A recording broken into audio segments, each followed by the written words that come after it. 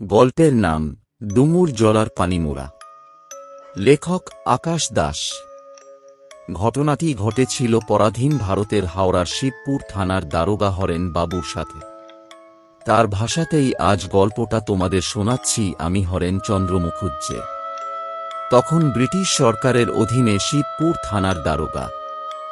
সালটা ঠিক মনে নেই, তবে আনুমানিক 1940-এর আশেপাশে হবে। তখনকার শিবপুর এলাকা আজকের মতো আলো ঝলমলে ছিল না। চারিদিকে ছিল জলাশয়, মাঠ আর কয়েক ঘর বনেদি পাকা বাড়ি, আর কিছু খড়ের ছাউনি যুক্ত মাটির ঘর। জনসংখ্যাও তখন খুবই অল্প ছিল। সন্ধে নামলেই চারিদিকে ছেয়ে থাকত অন্ধকার আর কুয়াশা, আর অজানা আতঙ্কের ছায়া। সেই ঘটনাটা আজও আমি ভুলতে পারিনি।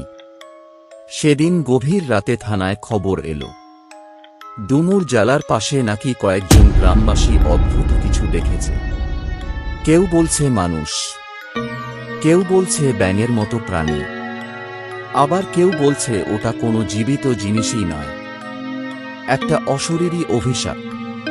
আমি ওসব কুসংস্কার মানতাম না। সাথে দুজন সিপাহী নিয়ে রওনা দিলাম। রাত তখন প্রায় 12টা। চারিদিক নিস্তব্ধ, দূরে শেয়ালের ডাক, আর জলার দিক থেকে কেমন একটা পচা গন্ধ ভেসে আসছিল। কুয়াশা এত ঘন ছিল যে হাত বাড়ালেই যেন অন্ধকারকে ছোঁয়া যায়।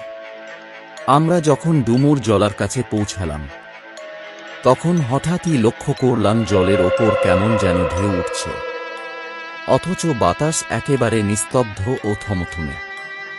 আমি সিপাহীদের বললাম, লণ্ঠনটা একটু সামনে ধরো।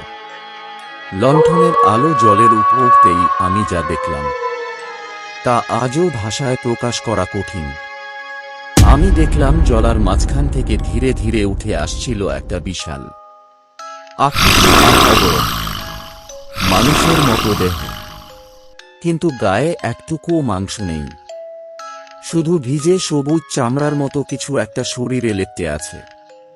মুখটা লম্বা, শেয়ালের মতো, আর চোখ দুটো জ্বলজ্বল করছে লাল আগুনের মতো।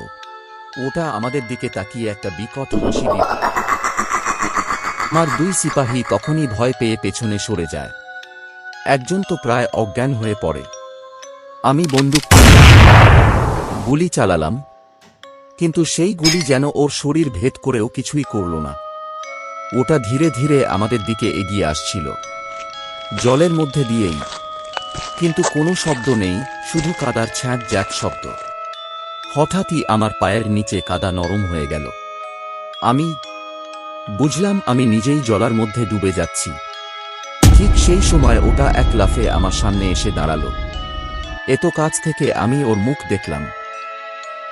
দাঁতগুলো তীক্ষ্ণ, মুখ দিয়ে লালা ঝরছে, আর সারা শরীর থেকে পচা গন্ধ বেরোচ্ছে। ওটা আমার গলার দিকে হাত বাড়ালো। আমি শেষ চেষ্টা হিসেবে চোখ বন্ধ করে মা কালীর নাম নিলাম। ঠিক তখনই অদ্ভুত একটা ঘটনা ঘটল। দূরে কোথাও শঙ্খ বাজানোর শব্দ ভেসে এলো। ওটা হঠাৎ থমকে গেল, চোখের লাল আলো নিভে এলো। তারপর এক বিকট চিৎকার করে আবার জলার মধ্যে ডুবে গেল। আমি তখন অর্ধেক জলে ডুবে প্রাণপণে নিজেকে টেনে বাইরে আনলাম। সিপাহীরা সামহাও আমাকে টেনে তুলল। সেই দিনের পর আমি আর কখনো ডুমুর জলার দিকে যাইনি। লোক মুখে পড়ে শুনেছি ওই জলা নাকি অভিশপ্ত। বহু বছর আগে সেখানে অনেক মানুষ স্নান করতে গিয়ে একসাথে ডুবে মারা গিয়েছিল, আর তাদের আত্মাই নাকি পানিমোড়া হয়ে ঘুরে বেড়ায়। আমি জানি না ওটা কি ছিল, প্রেত, দানব, না কোনো অজানা জীব, কিন্তু একটা কথা নিশ্চিত, সেদিন আমি মৃত্যু থেকে খুব অল্পের জন্য ফিরে এসেছিলাম। আজও শোনা যায় গ্রাম বাংলার এখনো কিছু কিছু জলাশয়ে রাতের বেলায় মানুষজন এখনো পানিমোড়ার দেখা পায়। আর যারা তার দেখা পায় তারা সবাই হয়তো আমার মতো আর বেঁচে ফিরতে পারে না। বন্ধুরা, এই পানিমোড়ার গল্পটা তোমাদের কেমন লাগলো কমেন্ট করে জানিও।